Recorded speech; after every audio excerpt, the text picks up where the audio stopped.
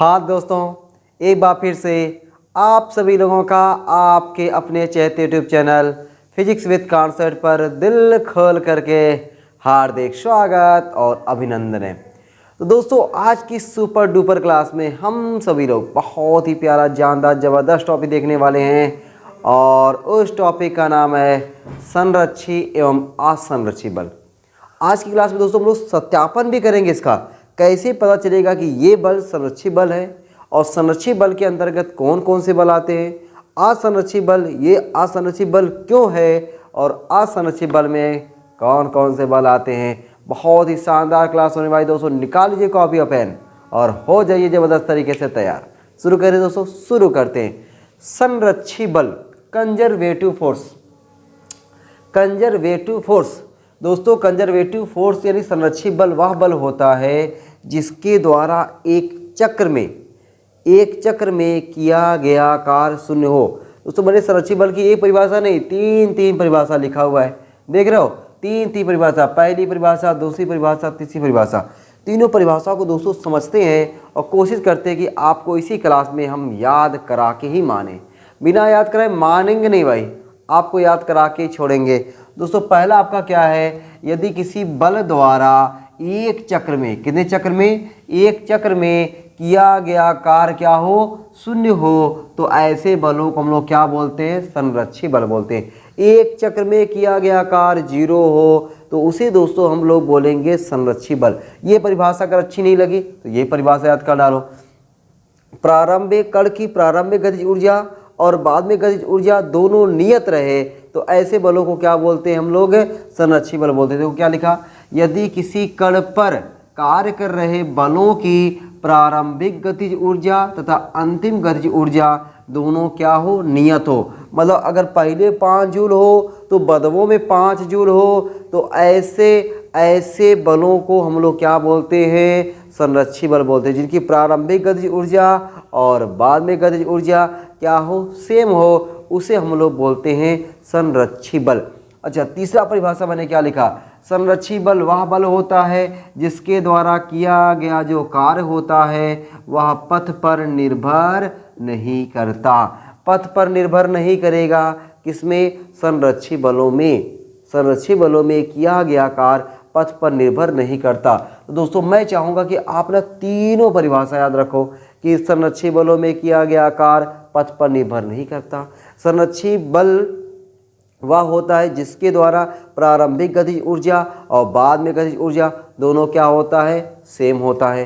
संरक्षी बल वह बल होता है जिसके द्वारा एक चक्र में किया गया कार्य 0 होता है, 0 होता है। ठीक है, चलो अब दोस्तों कौन कौन से संरक्षी बल होते हैं इसका एग्जाम्पल बहुत जरूरी है आपको जानना। देखो ये प्रत्यास्थ बल, विद्युतीय बल, चुंबकीय बल और गुरुत्वीय बल, ये सभी बल दोस्तों आते हैं संरक्षी बल कंजर्वेटिव फोर्स के अंतर्गत आते हैं। संरक्षी बल में कौन कौन सा एग्जाम्पल है, आपका प्रत्यास्थ बल है, आपका विद्युतीय बल है, आपका चुंबकीय बल है, आपका गुरुत्वीय बल है। दोस्तों ये आपका किस में आता है, संरक्षी बल के अंतर्गत आता है। अब दोस्तों हम लोग सबका यहाँ पे पोस्टमार्टम नहीं करने वाले हैं कि कैसे पता चलेगा आपका चुंबकीय बल संरक्षी बल है, कैसा पता चलेगा आपका विद्युतीय बल चुंबकीय बल है। अब बताओ विद्युतीय बल हम लोग पढ़े हैं क्या, नहीं। चुंबकीय बल पढ़े हैं क्या, नहीं। ये दोस्तों क्लास 12 की टॉपिक है, क्लास 12 में वहाँ पे सिखाया जाएगा, सीखेंगे हम लोग कि कैसे ये अपना संरक्षी या असंरक्षी बल है। लेकिन अपना यहाँ पे दोस्तों हम लोग जरूर सीखेंगे कि ये अपना गुरुत्वीय बल क्या है, कि संरक्षी बल है। हम दोस्तों यहाँ पे गुरुत्वीय बल का एग्जाम्पल लेकर के आपको बताने वाले हैं कि इसके द्वारा एक चक्र में किया गया कार्य शून्य है। इसके द्वारा एक चक्र में किया गया कार्य क्या है, शून्य है।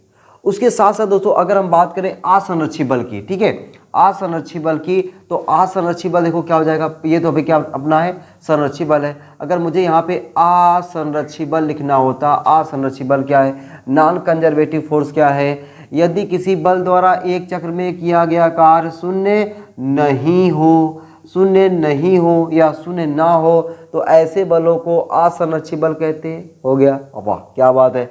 यदि किसी कण पर कार्य कर रहे बलों की प्रारंभिक तथा अंतिम गतिज ऊर्जा नियत नहीं हो तो उसे क्या बोलते हैं, असंरक्षी बल बोलते हैं। असंरक्षी बल वह बल होता है जिसके द्वारा किया गया कार्य पथ पर निर्भर करता है। पथ पर निर्भर करता है तो ऐसे बलों को हम लोग क्या बोलते हैं? असंरक्षी बल बोलते हैं। ये दोस्तों परिभाषा क्लियर है ना? मैं चाहूँगा कि आप पहले क्या लिखो, संरक्षी बल का तीनों परिभाषा लिखो, फिर असंरक्षी बल की तीनों परिभाषा लिखो। तीनों परिभाषा लिखने के बाद इसका एग्जाम्पल लिखोगे। असंरक्षी बल का एग्जाम्पल घर्षण बल, घर्षण बल, और कौन सा? श्यान बल, और कौन सा? श्यान बल। अब दोस्तों यहाँ पे श्यान बल वह बल होता है जो हम लोग द्रव के बीच में जब पढ़ेंगे ना तो वहाँ पढ़ने वाले श्यान बल क्या होता है। लेकिन घर्षण बल तो पढ़े हैं एकदम भैया, घर्षण चैप्टर ही पढ़े हम लोग दोस्तों घर्षण चैप्टर ही पढ़े हैं। तो क्यों ना हम लोग सिद्ध करेंगे कि घर्षण बल कैसे पता चलेगा कि असंरक्षी बल है। तो दोस्तों अब हम लोग शुरू करते हैं कि अपना गुरुत्वीय बल कैसे संरक्षी बल है और घर्षण बल कैसे असंरक्षी बल है। लेकिन आप लोग पहले क्या करना है, वीडियो को रोक करके संरक्षी बल की परिभाषा और असंरक्षी बल की परिभाषा विद एग्जाम्पल के साथ आपको अपनी कॉपी में सजा करके लिख लेना है। कैसे? एकदम सजा करके, एकदम ज़बरदस्त तरीके से आपको लिख लेना है। चलो भाई मैं स्टार्ट हो गया हूँ दोस्तों। अब हम लोग देखते हैं कि गुरुत्वीय बल असंरक्षी बल है का सत्यापन। ठीक है, चलो मिटाएं, एकदम दोस्तों मिटाते हैं। ठीक है, अब आपको परिभाषा बना के लिख लेना है। अब हम लोग यहाँ पे गुरुत्वीय बल संरक्षी बल है उसका सत्यापन करते ना, तब तो अपना दिल मानेगा कि हाँ सर ये मजा आया कि गुरुत्वीय बल। और अब दोस्तों पता है आपके एग्जाम में ना आता भी है कि सिद्ध करो कि गुरुत्वीय बल असंरक्षी बल है, तो उसको दोस्तों अपने को सिद्ध करके दिखाना होता है। ठीक है, सिद्ध करके क्या होता है, क्या करना होता है? दिखाना होता है। आओ हम लोग करके सीखते हैं, करके सीखते हैं। देखो भाई, तो हेडिंग क्या डालते दोस्तों? गुरुत्वीय बल, गुरुत्वीय बल, गुरुत्वीय बल संरक्षी बल है का सत्यापन। गुरुत्वीय बल संरक्षी बल है, बल है का सत्यापन, का सत्यापन। तो भैया सत्यापन करने के लिए कैसे पता चलेगा? तो अरे यार अभी मैंने बताया ना एक परिभाषा में उसमें कि एक चक्र में किया गया कार्य शून्य हो, एक चक्र में किया गया कार्य शून्य हो, उसको क्या बोलेंगे हम लोग?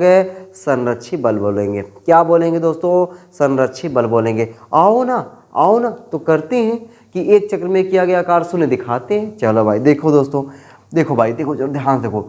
ये अपनी है धरती माता, ये है अपनी धरती माता, और यहाँ पे स्मॉल एम द्रव्यमान का कोई पिंड रखा गया है। स्मॉल एम द्रव्यमान का कोई पिंड रखा गया है। भाई स्मॉल एम द्रव्यमान का पिंड है तो भाई द्रव्यमान है तो भार लगेगा। भार कसम खाया है, लगेंगे तो नीचे को लगेंगे वरना लगेंगे नहीं, तो लगेगा भाई नीचे को। देखो यहाँ पे भार किधर काम किया? नीचे की ओर काम किया।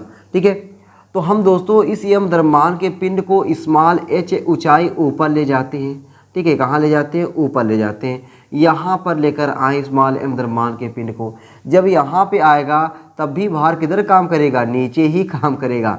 भार कसम खाया है, नीचे ही लगूंगा तो लगूंगा। तो अब दोस्तों बताओ एक चक्र क्या हुआ? मान चलो यहाँ पे लिख दूँ मैं ए और यहाँ पे मैं लिख दूँ बी। ए से बी तक जाए और बी से ए तक आए, क्या होगा? एक चक्र होगा। क्या होगा? एक चक्र होगा। कब? जब ए से बी तक जाए, ए से बी तक जाए और बी से ए तक आए तो वह कहलाएगा एक चक्र। और एक चक्र में किया गया कार्य अगर जीरो है तो वही क्या है? संरक्षी बल है। वही क्या है? संरक्षी बल है। तो हम लोग पहले ए से बी तक का कार्य निकालते हैं, उसको मानते हैं W1, फिर बी से ए तक का कार्य निकालते हैं, उसको मानते हैं W2, और दोनों को जोड़ देते हैं, हो जाएगा एक चक्र। और एक चक्र में जीरो आ गया तो वाह गजब, अपना हो जाएगा संरक्षी बल। लो भाई करते हैं।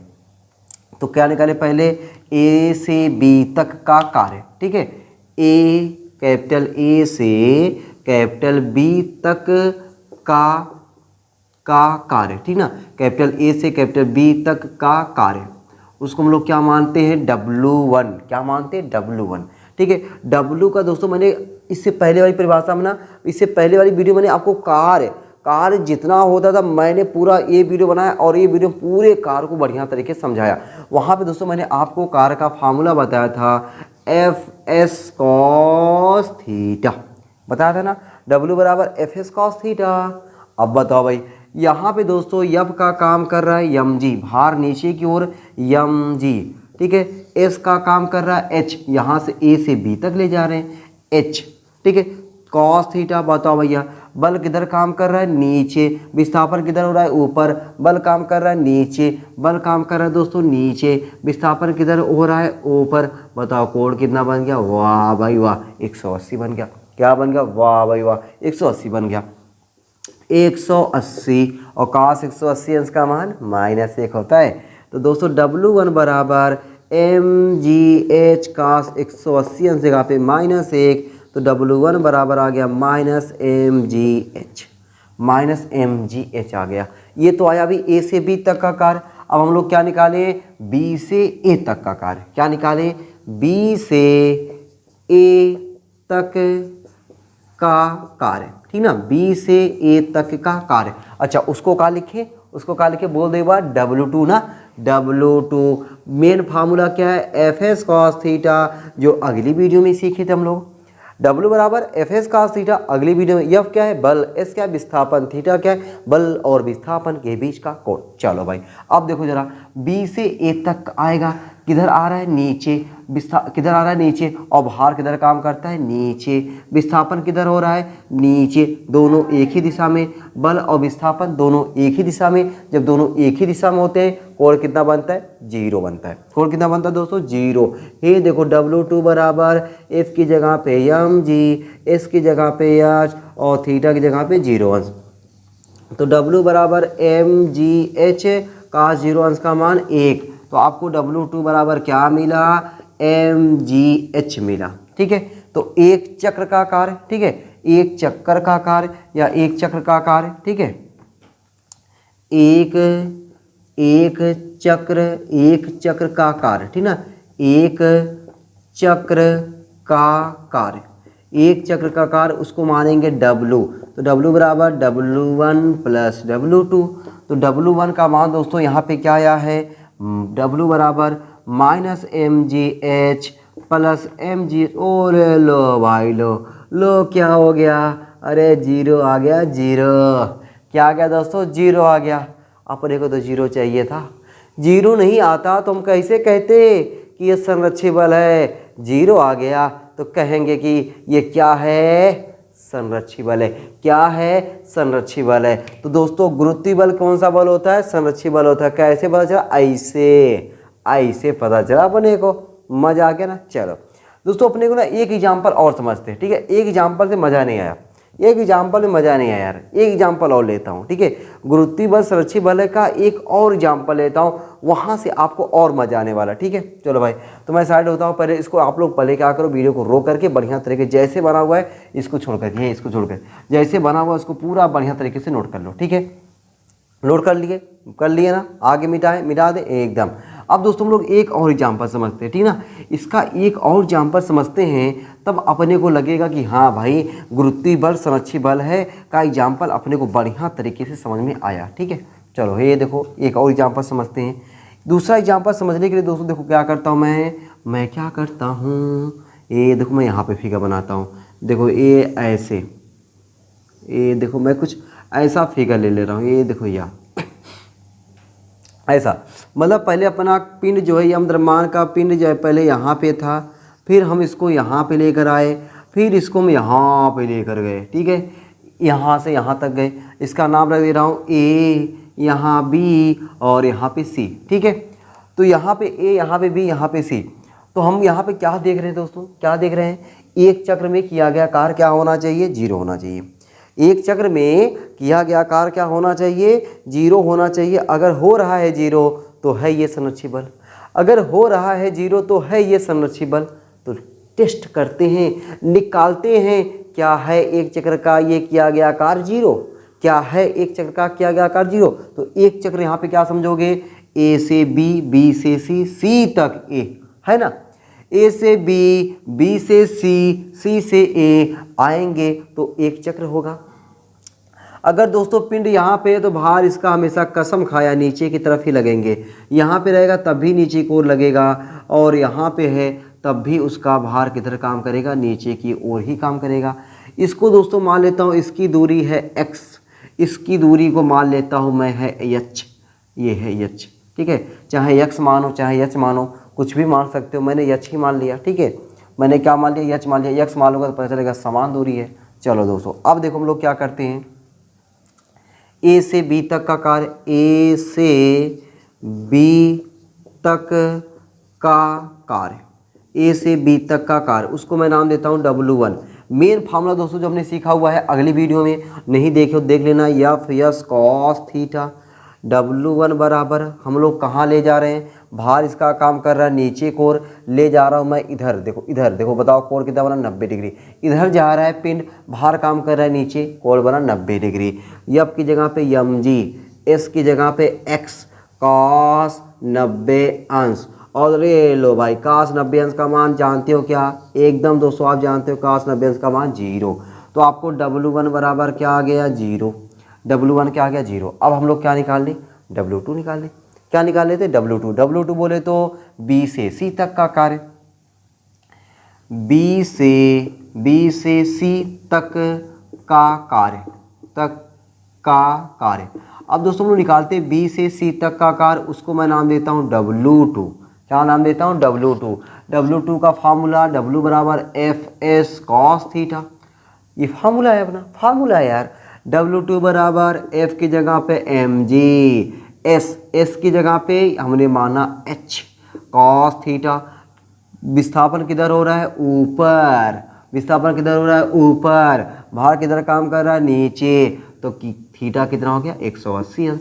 काश 180 अंश का मान -1, mgh काश 180 अंश की जगह -1, तो W2 बराबर -mgh, ठीक है। चलो भाई अब क्या निकालें, C से A तक का कार्य, C से A तक का कार्य, C से A तक का कार्य, उसको का नाम रखते हैं पता है हम लोग, W3 रखते हैं। देखो W3 बराबर मेन फार्मूला दोस्तों W बराबर F S cos theta, F S cos theta, ये मेन फार्मूला है अपना ना एकदम।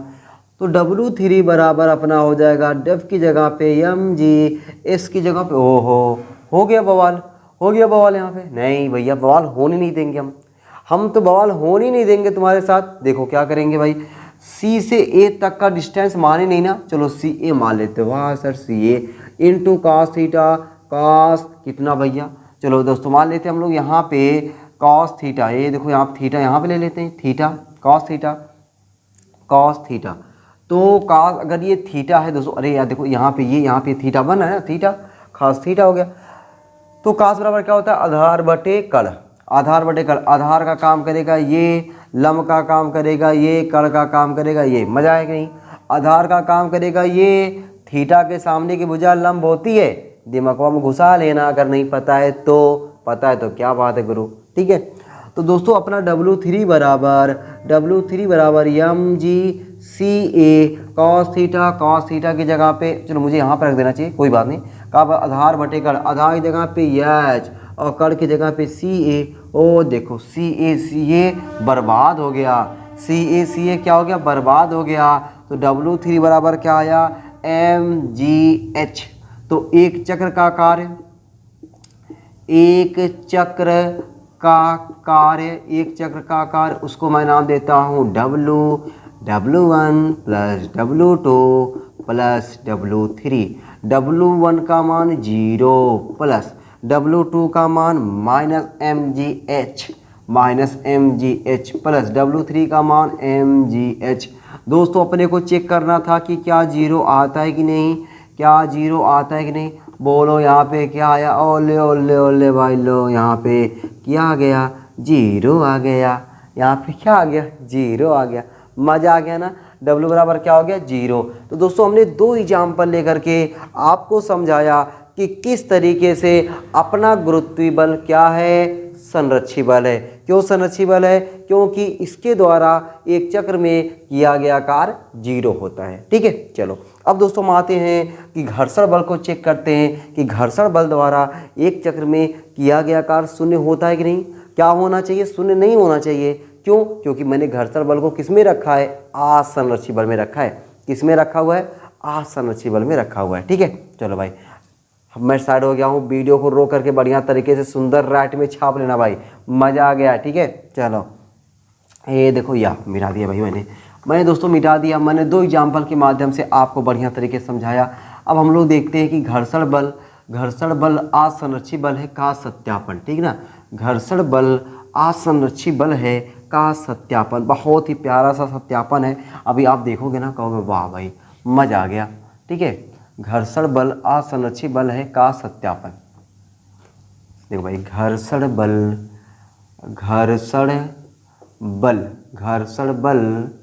असंरक्षी बल है का सत्यापन। ठीक है, चलो भाई देखो दोस्तों घर्षण बल आपको पता है ना, घर्षण बल कैसे कैसे काम करता है। देखो मैं समझा रहा हूँ आपको। ये मान लो दोस्तों कोई तल है, ये क्या है, कोई तल है। ठीक है, ये तल है और इस तल पर यहाँ पे स्मॉल m द्रव्यमान की कोई वस्तु रखी है, स्मॉल m द्रव्यमान की कोई वस्तु रखी है।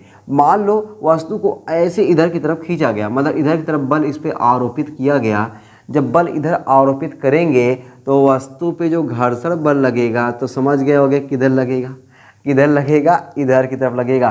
क्यों? क्योंकि घर्षण जो बल होता है वह हमेशा क्या करता है, जो घर्षण बल होता है वह हमेशा गति का विरोध करता है। घर्षण बल क्या करता है, गति का विरोध करता है। तो अब बताओ वस्तु, लेकिन बल लगाया गया भाई, बल लगाते समय बल लगाया गया, वस्तु यहाँ से होते हुए मान चलो कि यहाँ पे आ गई, ठीक है, यहाँ पर आ गई m द्रव्यमान की वस्तु। अब जब वस्तु यहाँ पे आ गई तो हम वस्तु को अब यहाँ पे लेकर इधर से यहाँ पे लेकर आते भैया। एक चक्र मतलब क्या हुआ कि यहाँ मान लो A है, यहाँ पे B है, A से मैं B तक गया, फिर B से A तक आया। जब इधर लेकर आऊँगा तो बल इधर लगाऊंगा, बल ये लगाऊंगा। जब बल इधर लगाऊंगा तो इसमें घर्षण बल जो होगा भैया इधर काम करेगा, F के गतिज घर्षण बल। तो A से B तक घर्षण बल के विरुद्ध A से B तक का कार्य। ठीक है, ऐसे मैं लिखता हूँ। ठीक है, अब ये मत समझ लें भाई ये वाला बल दोस्तों अलग है, ये वाला बल और विस्थापन तो दोनों एक ही दिशा में हो जाएगा ना। अच्छा कितना विस्थापन हुआ मान लेते हैं हम लोग x। ठीक है, कितना विस्थापन हुआ x, ये विस्थापन मान लेते हैं हम लोग। तो घर्षण बल के विरुद्ध,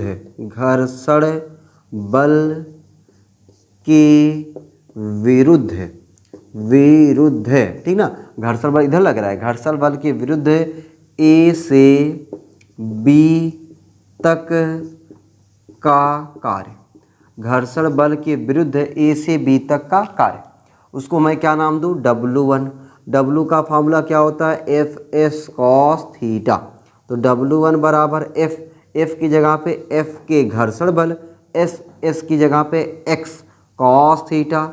घर्षण बल इधर लग रहा है, विस्थापन इधर हो रहा है, दोनों विपरीत दिशा में है और विपरीत दिशा में थीटा कितना होता है, 180 अंश होता है और cos 180 अंश का मान -1।